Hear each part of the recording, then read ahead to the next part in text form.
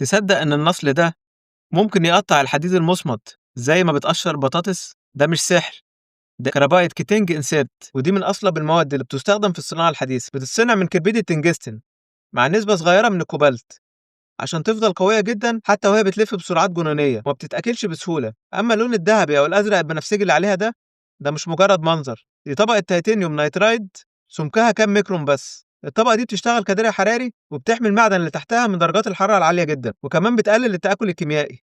تخيل إن حرارة طرف السكينة أثناء القطع ممكن توصل لأكتر من 1000 درجة مئوية. من غير الطبقة دي الأداة كانت هتبوظ في كام ساعة بس.